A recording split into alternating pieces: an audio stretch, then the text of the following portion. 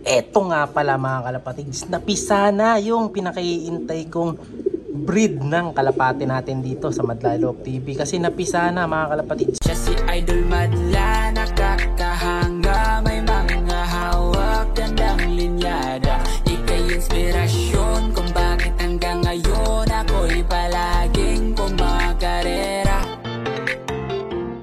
For today's video mga kalapatids, tatanggalin natin dito si Barak. Kukunin ko muna siya. Lalagay natin dun sa kabila dahil nga yung kaparis nito, pinubugbog niya, mutik na niya tanggalan ng palong. So kukunin muna natin si Barak para ilagay dun sa kabilang section. Sigang-siga pa rin. Ayan, no?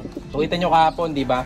Medyo pumari sila ng una, pero katagalan, ginugulpin nyo yung kaparis niya. So hindi pwedeng ganun kasi kawawa naman si Kiki, ganda-ganda nun, tapos bubugbugin lang na itong ibon natin na to. Nalagay natin siya dun sa kabila kasi wala na rin yung Edding bird natin dito na pa-deliver na natin kanina umaga. Napadala na natin kanina yan.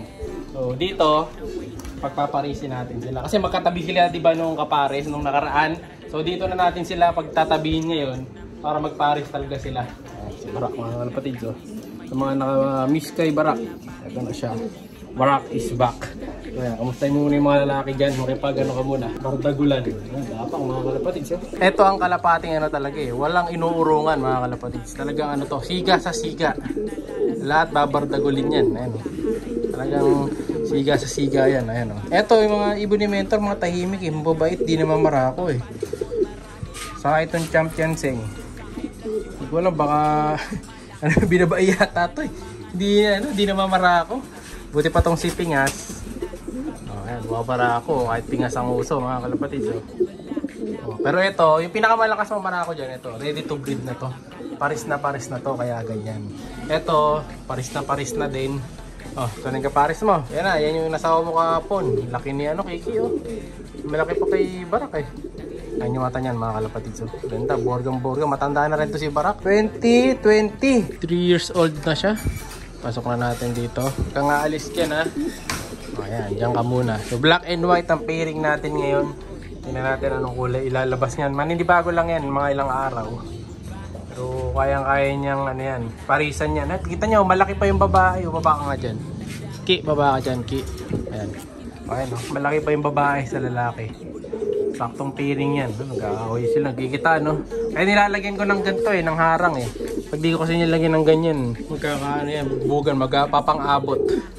Bali yan, wala na yung iba nating ibon, bawasan na. Pati yung mga Edding bird dun sa kabilang side, wala na rin. Ang meron ditong available, eto lilipat ko na rin. Sa susunod na, iba maya pala, lilipat ko na to. Ito yung mga big GQ natin, yung dalawang blue bar. Kasi may itlog na yung sitter natin dito. So lilipat natin yan dito. Ito yung mga Ending bird na naiwan. Ito yung pula. Ito yung pang next week. So pag nadali nyo to, may kasama na kagad yung training box. 120 free shipping. Yan. Ito yung pula. So lahi ito nung si Solo, yung Tacloban finisher natin. Yan. Ganda nyan. Tapos yung itim naman na to, ito yung anak ni Kobe na itim. Tinabi ko na to, i-stock bird ko to eh. Yung anak ni Kobe, bali speed bird to na itim. Yan, tatabi ko na yan para ma-breed pagkatapos niya maglugon. Ito si Santa Ana to, yung kauna-unahan nating Santa Ana finisher dito sa lock. Kapatid ni Arto, full sim ni Arto yan. Babae yan, ayan. Kasi lagi itlog ng itlog eh, kaya nilagay ko na dito. Ali itlog yan. Bali, tatlo na lang pala ibon dito.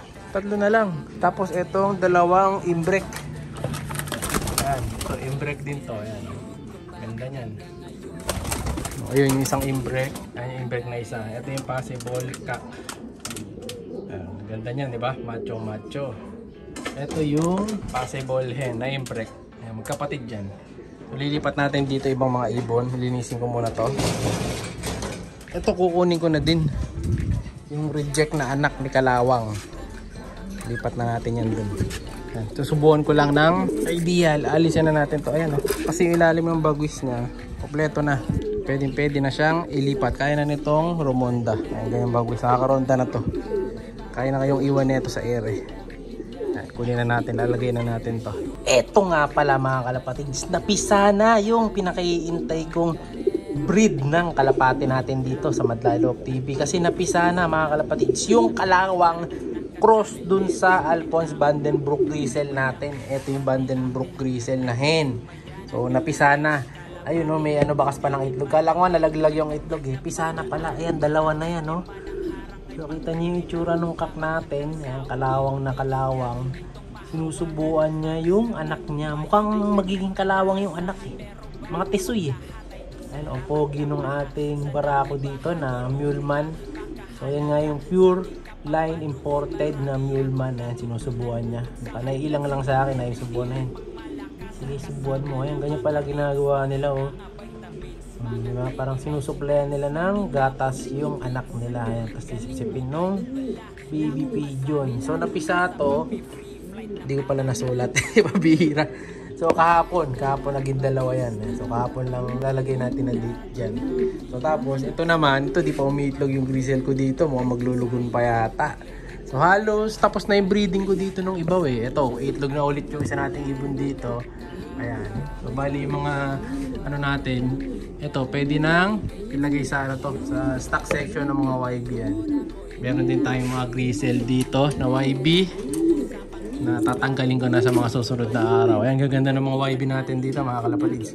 Puro grisel. So eto medyo blue grisel lang to, ordinaryong grisel lang to eh. Pero maganda rito, itim lahat ng bagwis niya. Malalaki yan. So bali ito yung Alphonse na kak natin.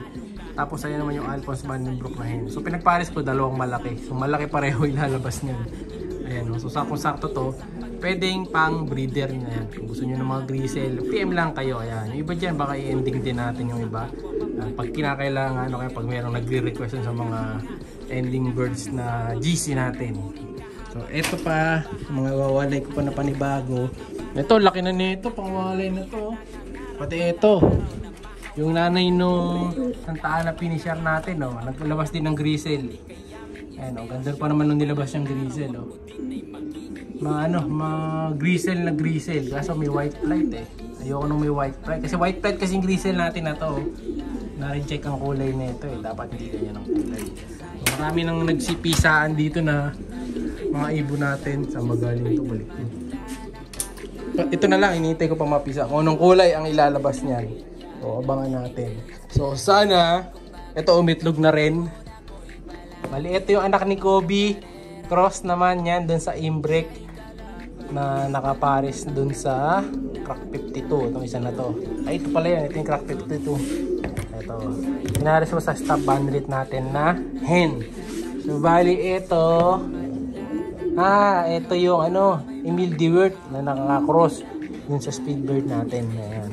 Emil Dewert cross Imbrek. Tapos pinares natin dito sa isa nating breeder na hen, yung anak ni Kobe nga na blue bar. Tapos syempre dahil Pasko tapos bagong taon ngayon, may mimigay tayo syempre ng one pair na Nokma. So may bibigyan tayo ng parehong bibigyan natin, parehong pre-sale chicken yung kulot. So yung tag 10k each na Nokma yung presyuhan.